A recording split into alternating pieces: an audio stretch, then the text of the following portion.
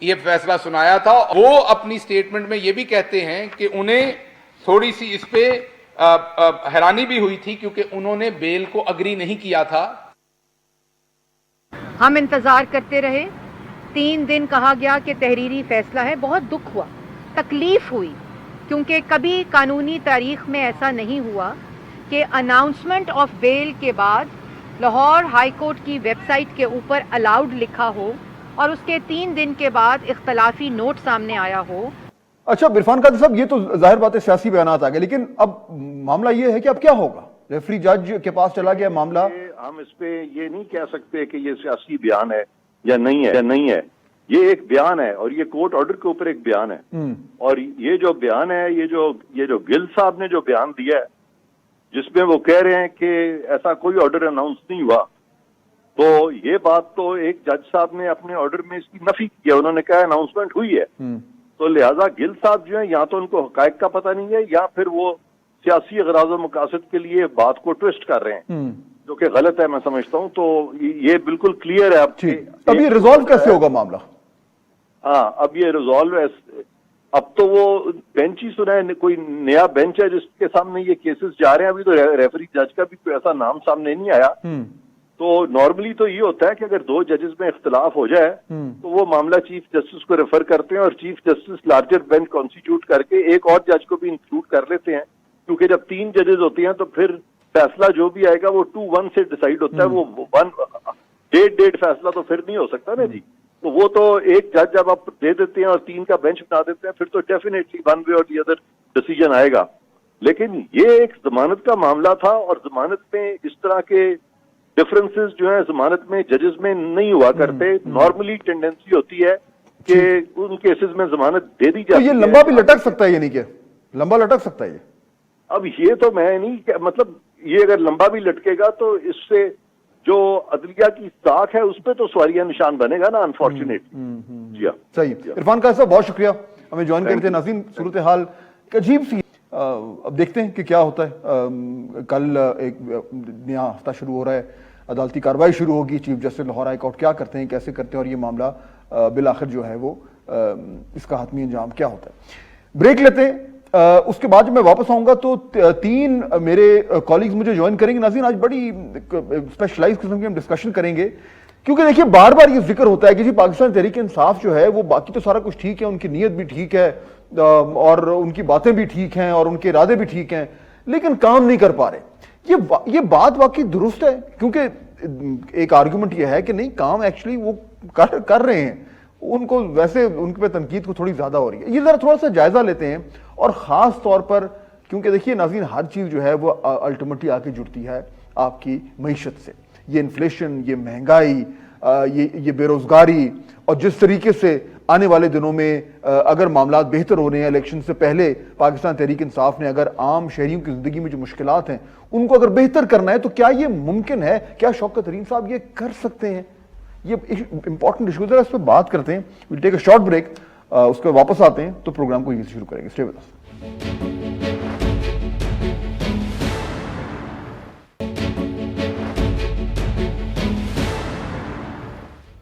ناظرین, بریک کے بعد خوش آمدید. اب ذرا پروگرام کا باقاعدہ آغاز کرتے ہیں اور سمجھنے کی کوشش کرتے ہیں کہ اب پاکستان تحریک انصاف کا کیا پلان ہے. اتنا بڑا کیبنٹ ری شفل ہو گئی, سننے میں آ رہا ہے کہ اگلے چند دنوں میں ایک ری شفل اور آئے گی, کچھ اور لوگ ہیں جن کو انڈکٹ کیا جائے گا کابینہ میں. بہرحال لیکن جو امپورٹنٹ منسٹریز ہیں ان میں تو اب تبدیلی ہو چکی ہے. کیا ہوگا, کیا ان کے پاس اب کو پلان ہے؟ سوال یہ اس لیے امپورٹنٹ ہے ناظرین کہ جو وزیر خزانہ اب نئے آئے ہیں شوکت ترین صاحب, ان کا یہ ماننا ہے کہ پچھلے 2.5 سال سے جو پاکستان تحریک انصاف اپنی اکنامک پالیسی لے کے چل رہی ہے وہ غلط تھی. یعنی یہ بالکل نفی کر رہے ہیں ان تمام دعووں کی جو پی ٹی آئی کی گورنمنٹ پچھلے 2 سال سے کرتی آئی ہے, 2.5 سال سے کرتی آئی ہے. شوکت ترین صاحب نے یہ کیا کہا, یہ جیو ٹیلی ویژن میں پروگرام میں انہوں نے یہ بات کی ابھی چند دن پہلے, یعنی حلف لینے سے چند دن پہلے. سنیے کیا کہا تھا انہوں نے. ترین صاحب, اس وقت اگر آپ ایڈوائس بھی کرنے جاتے ہیں, آپ جس طرح معیشت کو دیکھ رہے ہیں, بہت زیادہ سوال اٹھ رہا ہے کہ کیا ہم نے آئی ایم ایف کی بہت سخت شرائط مان لی ہیں, کیا ہم اس سے بہتر نیگوشیٹ کر سکتے تھے؟ میرے خیال میں شروع کے بیچ میں ہم نے غلطی کی, لیکن اگر 7% آپ کا کور انفلیشن ہے اور 13.25% پہ آپ انٹرسٹ ریٹ لے کے چلے گئے, اور پھر اس کے بعد ایکسچینج ریٹ ہے اس وقت 112 115 پہ پھر رہا تھا اور آپ اٹھا کے اس پہ 165 پہ لے کے چلیں تو آپ نے معیشت کی تو بیڑا غرق ہی کر کے رکھ دیا نا. اور اس کے بعد پھر آپ نے ساری چیزیں بڑھا دی, آپ نے بجلی کے ریٹس بڑھا دیے, گیس کے ریٹس بڑھا دیے, petrol, everything just went up. So اس سے یہ ہوا کہ ڈیمانڈ تو اڑ گئی ہے, جب ڈیمانڈ اڑ گئی اور مطلب معیشت بیٹھ گئی تو اس سے ان امپلائمنٹ ہو گئی. ظاہر ہے جب آپ نے اپنے ایکسچینج ریٹ کو اتنا زیادہ کر دیا تو اس کے انفلیشن زیادہ ہوئی, food prices out of control ہونا شروع ہو گئی. تو میرے خیال میں شروع کے بیچ میں نیگوشیشن جو تھی وہ ٹھیک نہیں ہوئی. اچھا اب یہ ناظرین بڑی سخت باتیں اور امپورٹنٹ بھی ہے کیونکہ اب یہ صاحب وزیر خزانہ ہیں, چنانچہ اگر انہوں نے اپنی پالیسی چلانی ہے تو وہ بالکل اس کے یعنی اپوزٹ ہوں گی وہ تمام تر پالیسیز جو اس سے پہلے حفیظ شیخ صاحب چلا رہے تھے یا اس سے پہلے اسد عمر صاحب چلا رہے تھے. 2.5-3 سال بعد یہ اس طریقے سے پوری ایک اکانومی کو گھمانا یہ کیسے ہوگا, کیسے ممکن ہے؟ 3 مہمان مجھے جوائن کریں ناظرین, ان کا میں تعارف کراتا ہوں. عادل شاہ صاحب میرے پہلے مہمان ہیں, ڈان ٹیلی ویژن پہ ویک ڈیز پہ 10 o'clock اپنا نیوز شو کرتے ہیں اور پاکستان کے ماہ ناز اینکر ہیں. خرم حسین صاحب میرے دوسرے مہمان ہیں, ڈان اخبار میں کالم نویس ہیں, بزنس کے جو پری ایمننٹ رائٹرز ہیں پاکستان میں ان کا شمار ہوتا ہے اور بہت عرصے سے پاکستان تحریک انصاف کی جو اکنامک پالیسیز ہیں ان پہ بڑی ان کی گہری نظر ہے, ذرا ان سے بھی بات کریں گے. مشرف زیدی صاحب میرے تیسرے مہمان ہیں, کالمسٹ ہیں, تجزیہ کار ہیں, وہ بھی ہمیں کچھ ہی دیر میں جوائن کر رہے ہیں. آپ تینوں کا بہت شکریہ. خرم اگر بات میں آپ سے شروع کروں, اچھا آپ خرم پہلے دن سے جو آپ کے رائٹنگز ہیں, جو آپ کے کالمز ہیں وہ کرٹیکل ہیں, یعنی آپ کا یہ ماننا ہے کہ جس طریقے سے یہ اپنی اکنامک پالیسیز چلا رہے ہیں وہ درست نہیں ہے. اب جو شوکت ترین صاحب نے یہ بات کی ہے یہ وہ بات ہے جو آپ کہہ رہے تھے, یعنی آپ متفق ہیں کہ اب پاکستان تحریک انصاف کی جو پالیسیز ہیں اگر وہ وہی ہوتی ہیں جو شوکت ترین صاحب کہہ رہے ہیں تو پھر یہ ایڈجسٹمنٹ درست ہو رہی ہے؟ نہیں, آئی تھنک یہ کہنا تھوڑا ایکسٹریم ہوئے گا فہد. پہلی چیز, شوکت صاحب نے یہ پہلی دفعہ نہیں کہا, یہ 2 سال سے ایکچولی مور لیس اسی لائن کو لے کے چل رہے ہیں. 2 سال پہلے سے انہوں نے یہ باتیں کہنی شروع کر دی تھیں کہ بہت ایکسٹریم ایڈجسٹمنٹ کی ہے اس گورنمنٹ نے.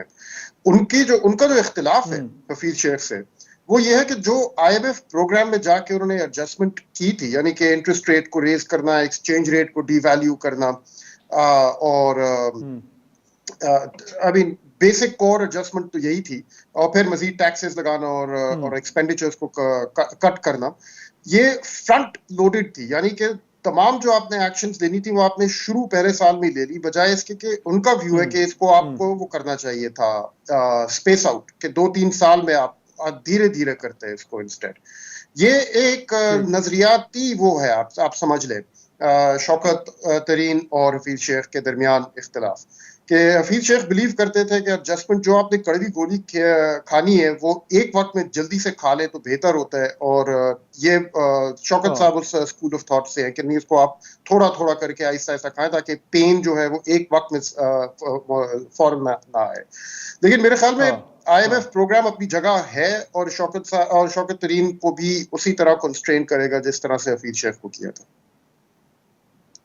اچھا اب یہ کیسے کرے گا اس پہ آتے ہیں, لیکن عادل دیکھیے میں اس کو اس طریقے سے دیکھ رہا ہوں کہ پچھلے 2-2.5 سال سے تو ہمیں نظر آ رہا ہے یعنی کہ وہ بالکل کہہ رہے ہیں کہ ہم تو بڑا زبردست کر رہے ہیں, ہمیں تو جو اکانومی ملی تھی اس کا ستیہ ناش ہوا تھا, ہم نے آ کے وہ مشکل اقدامات اٹھائے ہیں, IMF میں ہم گئے, اور یہ جو ہمیں اس وقت جو شہریوں کو جو مشکلات ہو رہی ہیں یہ ایک طریقے سے ضروری ہے تاکہ کل کو ہمارے لیے بہتری ہو. یہ آرگیومنٹ وہ 2-2.5 سال سے مستقل دیتے آ رہے ہیں. اچھا اسد عمر صاحب سے تھے تب بھی یہی آرگیومنٹ تھا, اس کے بعد حفیظ شیخ صاحب آئے تب یہ آرگیومنٹ رہا, اور پاکستان تحریک انصاف بھی گورنمنٹ کی ماننے کو تیار نہیں تھی کہ یہ جو جس طریقے سے لوگ چیخ رہے ہیں یہ واقعی میں ان کو پرابلم ہو رہا ہے.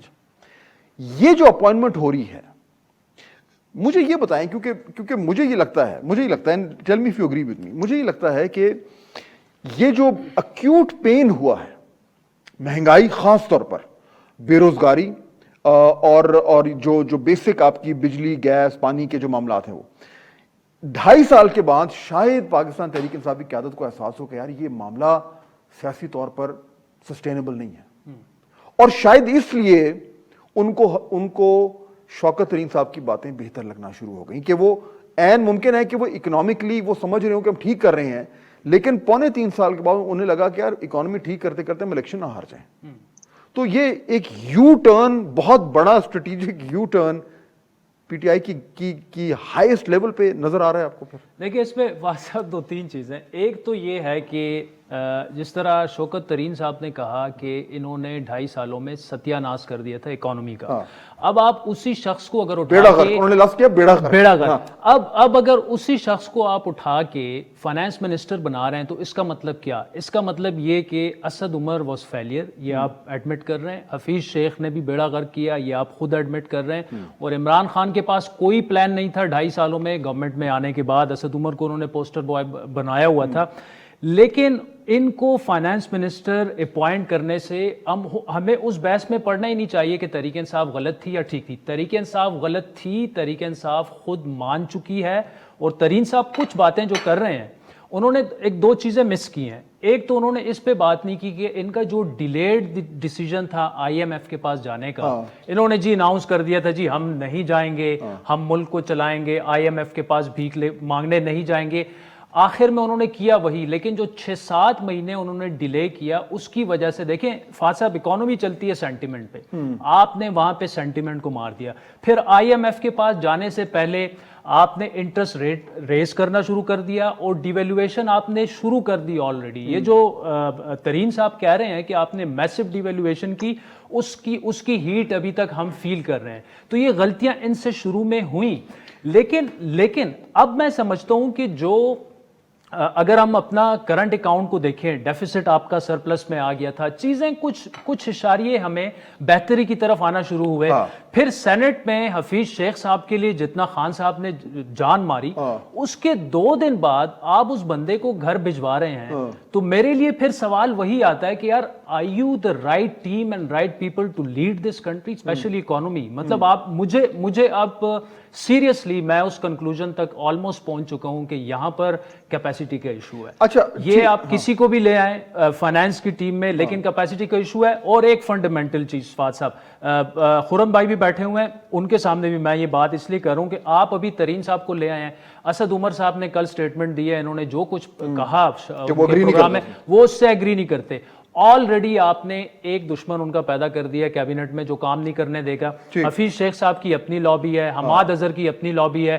اگر ترین صاحب کامیاب ہوتے ہیں اس کا مطلب کہ اسد عمر ناکام ہو گئے، حماد اظہر ناکام ہو گئے، باقی لابیز ناکام ہو گئے. یہ کابینہ کی جو ڈائنامکس ہیں یہ بڑی امپورٹنٹ. ناظرین let's take quick break. Musharraf Zaidi بھی ہمارے ساتھ ہیں، ان سے میں ذرا بات کرتا ہوں. لیکن دیکھیے ایشو یہی ہے جو ابھی بات کر رہے تھے کہ یہ جو اپوائنٹمنٹ ہے شوکت ترین صاحب کی، یہ اکنالجمنٹ ہے، یعنی اس میں کوئی شک نہیں ہونا چاہیے. یہ پی ٹی آئی کی خود اکنالجمنٹ ہے کہ وہ پچھلے 2.5 سال سے جو وہ کر رہے تھے وہ غلط ہے. اب وہ اسد عمر صاحب نے کہا ہے کہ وہ اتفاق نہیں کرتے شوکت ترین سے، وہ ان کا موقف ہے، وہ یہ کابینہ میں بھی بات کریں گے، یہ پی ٹی آئی کے اندر یہ بحث ضرور ہوگی. لیکن پاکستان تحریک انصاف نے پاکستانی شہریوں کو، پاکستانی ووٹر کو بالکل اوپنلی اس اپوائنٹمنٹ سے میسج دے دیا ہے کہ جی ہم جو پچھلے 2.5 سال سے کر رہے تھے وہ غلط تھا، اس سے گڑبڑ ہوئی ہے، اب ہم اس کی درستگی کے لیے نئے صاحب کو لے کے آئیں. یہ پولیٹیکل میسج تو یہ کلیئر ہے. اس میسج کی کیا کاسٹ ہوگی اور اس میسج کے ذریعے جو نئی پالیسیز ہیں اس کی کیا کاسٹ ہوگی، اس طرح بات کرتے ہیں بریک کے بعد.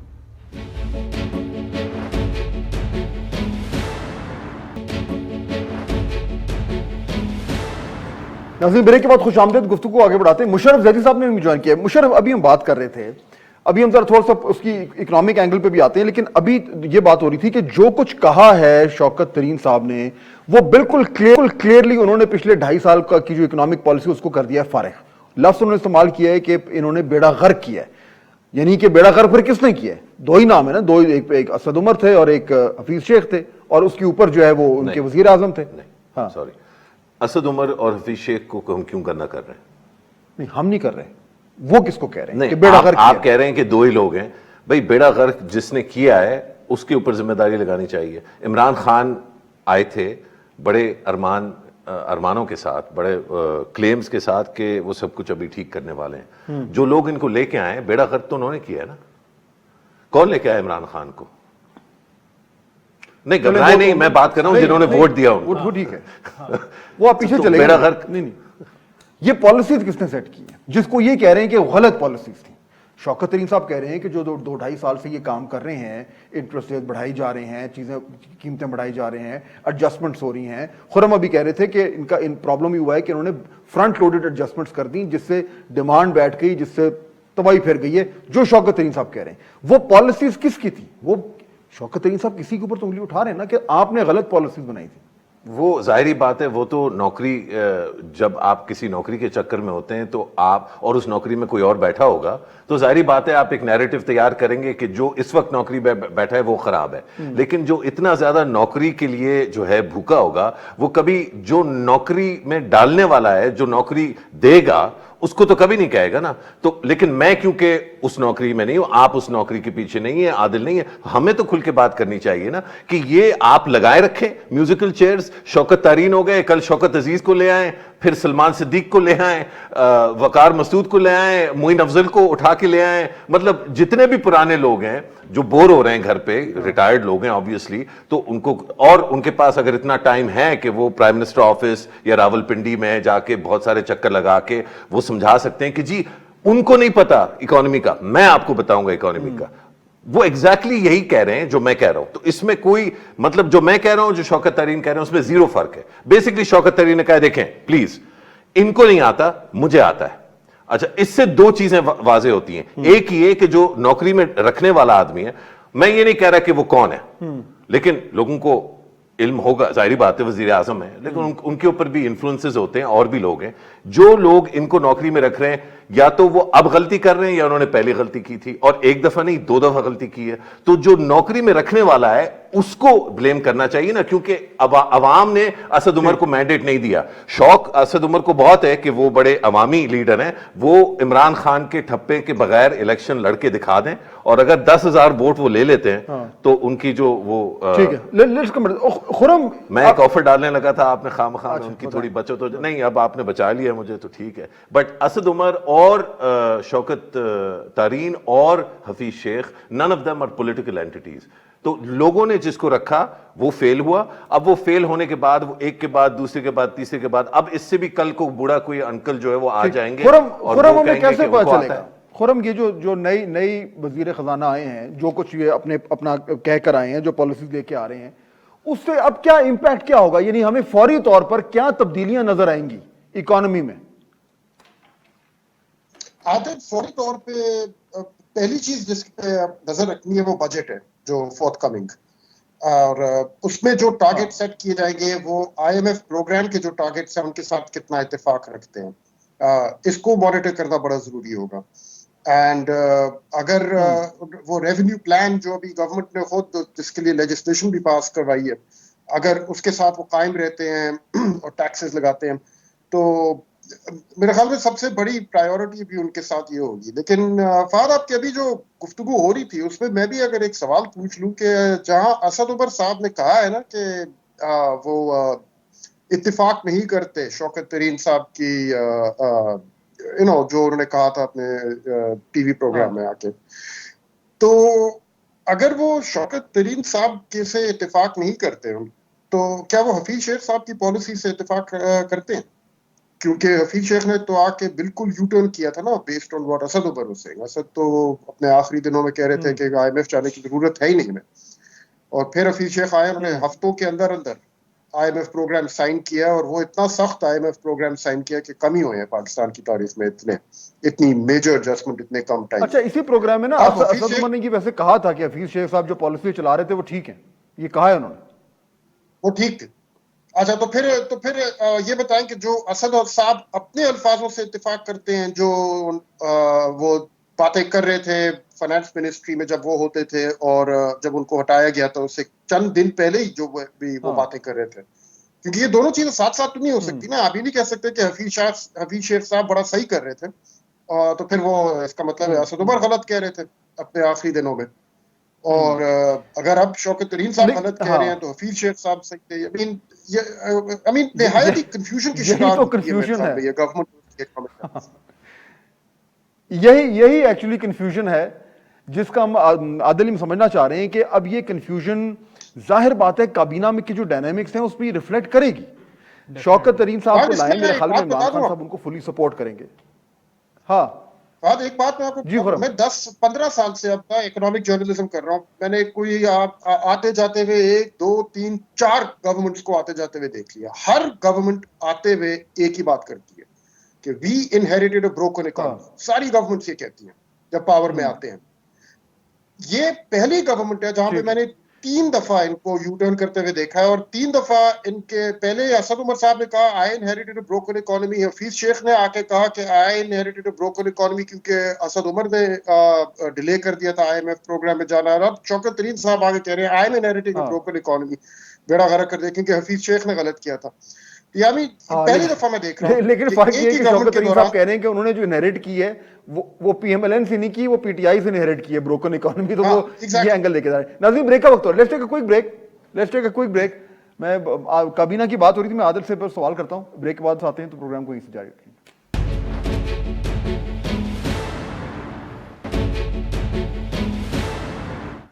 ناظرین بریک کے بعد خوش آمدید. اچھا عادل دیکھیے, یہ بات ٹھیک ہے, ہم نے کہہ دیا کہ جناب بڑا برا حال ہے, لیکن یہ بھی تو آپ سوچیں نا کہ آخری 2 سال ہیں, انہوں نے الیکشن جیتنا ہے, اب نظریں الیکشن پہ ہیں. انہوں نے یہ جو تکلیف لوگوں کو دے رہے ہیں, ووٹرز کو دے رہے ہیں, وہ چاہتے ہیں کہ اگلے 2 سال میں کسی طرح کا ریلیف آئے, وہ گروتھ سے آ سکتا ہے. پر سے دیکھیں ہیلتھ کارڈ ہے, لارج اسکیل مینوفیکچرنگ کے فگرز ان کے اچھے ہیں, ریمیٹنسز جو ہیں وہ بہتر ہوتی جا رہی ہیں, جو آپ کا فارن کرنسی ریزروز ہیں وہ اچھے ہیں.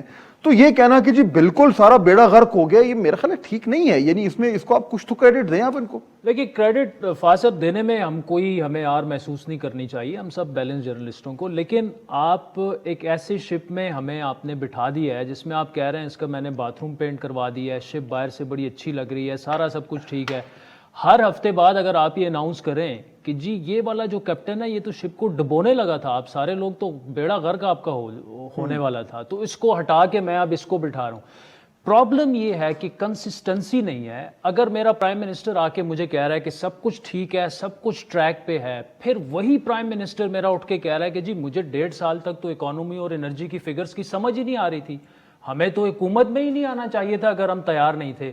تو then that's where my problem starts کہ یار آپ ایک ملک کو چلا رہے ہیں, آپ ایک عام سی چھکڑا گاڑی کو تو نہیں چلا رہے جس میں آپ اس کو ادھر بھی ماریں ادھر بھی ماریں. لیکن دیکھیں اسی آرگیومنٹ کو مشرف اگر میں لوں, ٹھیک ہے نہیں سمجھ آ رہا تھا, اب سمجھ آ گیا, اور جو سمجھ آیا ہے اس کے نتیجے میں شوکت ترین صاحب کو ہائر کیا, کیونکہ انہیں سمجھ آ گیا اگر نہیں ہو رہا یہ شوکت ترین مجھے گروتھ پرووائڈ کر کے دیں گے جس کے ذریعے میں 2023 کی الیکشن کیمپین میں جاؤں گا. تو پھر ٹھیک ہے نا, سیکھ لیا اپنی غلطیوں سے. سوری مجھے ہنسی آ رہی ہے. مطلب ایک تو یہ کہ گروتھ ورسز ڈیفیسٹ ہاک جو ڈیبیٹ ہے وہ تو ان کے آفس میں آنے سے پہلے الیکشن کے دنوں سے, بلکہ الیکشن سے پہلے سے, کیونکہ آپ کو یاد ہوگا ایک اکانومی پہ فورم ہوا تھا کراچی میں جس میں فوجی سربراہان بھی جو ہے وہ شامل ہوئے تھے, اور وہاں پیش کیا گیا تھا کتنا بڑا کرائسس ہے, اور یہ پوری ایک سٹوری جو ہے بنائی گئی تھی کہ دیکھیے ہمارا ڈیٹ بہت زیادہ ہے اور ہمارا کرنٹ اکاؤنٹ ڈیفیسٹ بہت زیادہ ہے, اس کو ہم نے قابو کرنا ہے. اور بائی دا وے اسٹوری ابھی بھی اس کے جو ڈیفینڈرز ہیں اس حکومت کے وہ یہ کہیں گے کہ جی یہ تو بالکل ہو گئی نا, وہ تو ہم نے مان لیا کہ وہ غلطی تھی, اس لیے تو شوکت ترین کو لے کے آئے. وہ تو ٹھیک ہے, لیٹس اسیوم کہ وہ غلط تھا. نہیں, لیکن ہم یہ کہہ رہے ہیں کہ ہمیں پتہ نہیں تھا. آف کورس ہمیں پتہ تھا, پوری ایک ڈیبیٹ ہوئی ہے, مطلب اخباروں میں, ٹیلی ویژن پر, اس پروگرام پہ, کہ اس پروگرام پہ آپ مجھے بتائیے اگر آپ مائنڈ نہ کریں فہد حسین صاحب, اس پروگرام پہ کتنی دفعہ اکانومسٹ نے بیٹھ کے کہا کہ یہ بڑا خطرناک ایک عمل ہے کہ مکمل طور پہ obsess ہو جائے پرائم منسٹر کسی ملک کا کہ میں نے اپنا کرنٹ اکاؤنٹ ڈیفیسٹ ٹھیک کرنا ہے at the expense of growth. یہ نہیں کوئی کہہ رہا کہ ڈیفیسٹ بہت اچھی چیز ہے, لیکن ڈیفیسٹ اگینسٹ گروتھ والی ڈیبیٹ جو ہے یہ تو ہو چکی ہے. لیکن خرم پھر اگر یہ ڈیبیٹ ہو چکی ہے, اس ڈیبیٹ کا کنکلوژن یہ نکلا ہے کہ اب پرائم منسٹر جو ہیں وہ کہہ رہے ہیں کہ مجھے گروتھ والا آرگیومنٹ اب بہتر لگ رہا ہے. تو سوال دیکھیں, اگر آپ پرائم منسٹر کی جگہ ہوں خرم, آپ نے الیکشن میں جانا ہے, آپ کو حفیظ شیخ کے ساتھ الیکشن میں جانا بہتر لگے گا یا شوکت ترین کے ساتھ الیکشن میں جانا بہتر لگے گا؟ اس اینگل سے دیکھیں آپ. حفیظ شیخ کے ساتھ PPP الیکشن میں گئی تھی 2012 میں, اور آپ دیکھ لیں ان کے ساتھ کیا ہوا تھا. آئی تھنک بیسکلی ڈیبیٹ تو کوئی خاص مجھے نہیں یاد اتنی ہوئی تھی, البتہ آوازیں بہت نکلی تھی, اور وہ اس کو میں ڈبیٹ نہیں کہوں گا, وہ بیسکلی ایک ایکسرسائز تھی لوگوں کو سمجھانے کے لیے, اور بائی لوگ آئی مین گورنمنٹ میں لوگوں کو سمجھانے کے لیے کہ یہ کچھ چیزیں یہ کرنی پڑیں گی ہمیں. مثال کے طور IMF پروگرام میں جانا پڑے گا, کیونکہ تمام کریڈیٹرز پاکستان کے جو باہر کے کریڈیٹرز تھے وہ بھی یہی ہدایت دے رہے تھے. لیکن اب کس طریقے سے آپ جائیں گے, کتنی کیا پیس آف ایڈجسٹمنٹ آپ رکھیں گے, وہ سارا آپ کے اوپر تھا کہ آپ نیگوشیٹ کیسے کریں گے. تو وہاں پہ حفیظ شیخ کا رول تھا موجود. اب آ کے جو بات ان کو سمجھ آئی ہے کہ جو انہوں نے ایڈجسٹمنٹ کی تھی اس کی وجہ سے پبلک گڈ ول ساری ان کی جو ہے وہ ختم ہو گئی, اتنی انٹینس. اور اب الیکشن کی طرف جانا پڑ رہا ہے مجبوری میں. تو اب IMF پروگرام کے ساتھ کیا کریں گے یہ لوگ, کیا اس کے ٹارگٹس کے اندر رہیں گے, اس کو ری نیگوشیٹ کریں گے, کس حد تک کر سکتے ہیں ری نیگوشیٹ, یہ بہت بڑا سوال ہے ابھی. اور لیجسلیشن جو وہ لے کے آئے ہوئے ہیں اسٹیٹ بینک امینڈمنٹ بل وغیرہ, اس کے ساتھ وہ مد نظر رکھیں گے. یعنی اب یہ کریٹیکل ہو جائے گا. لیکن دیکھیے خرم, آپ کا جو آئی تھنک امپورٹنٹ پوائنٹ آپ نے کہا نا کہ پبلک گڈ ول جو ہے انہوں نے لوز کی ہے, اب الیکشن میں عادل پبلک گڈ ول ان کو واپس چاہیے. لیکن اس پبلک گڈ ول کو پروڈیوس کرنے کے لیے شوکت ترین صاحب کو کابینہ میں اپنی بھی گڈ ول چاہیے, اپنی بھی گڈ ول چاہیے. اور ان کو جس طرح خرم حسین صاحب نے بات کی کہ جو IMF کا اس وقت کا پروگرام ہے اور جو ایجنڈا ترین صاحب لے کے آ رہے ہیں کہ جی میں نے گروتھ کو بڑھانا ہے, تو گروتھ کو آپ کیسے بڑھائیں گے جب آپ 700 سے 800 ارب آپ نے نئے ٹیکسز لگانے ہیں, ساتھ میں آپ بجلی کا ٹیرف جو ہے 6 اکتوبر تک 6.25 روپے پر یونٹ آپ نے بڑھانا ہے بجلی کا ٹیرف. اسی طرح آپ کے جو نئے ٹیکسز لگنے ہیں, پھر نیپرا اور اسٹیٹ بینک آف پاکستان کو جو آپ کا یہ آرڈیننس وغیرہ آپ نے امینڈ کر, یہ جادوگری کرنی پڑے گی, یہ جادوگری انہیں کرنی پڑے گی. اس کا مطلب کہ انہیں ساری چیزیں ریورس کرنی پڑیں گی جو پچھلے 2.5 سالوں میں اس گورنمنٹ نے کی ہیں, یا حفیظ شیخ نے کی ہیں, اس سے پہلے اسد عمر نے کی ہیں, اس کے بعد جو بھی تھوڑا بہت عماد اظہر کو جو ٹائم ملا. لیکن the key point is کہ آپ جب الیکشنز میں جاتے ہیں نا تو آپ کچھ پرفارمنس لے کے جاتے ہیں.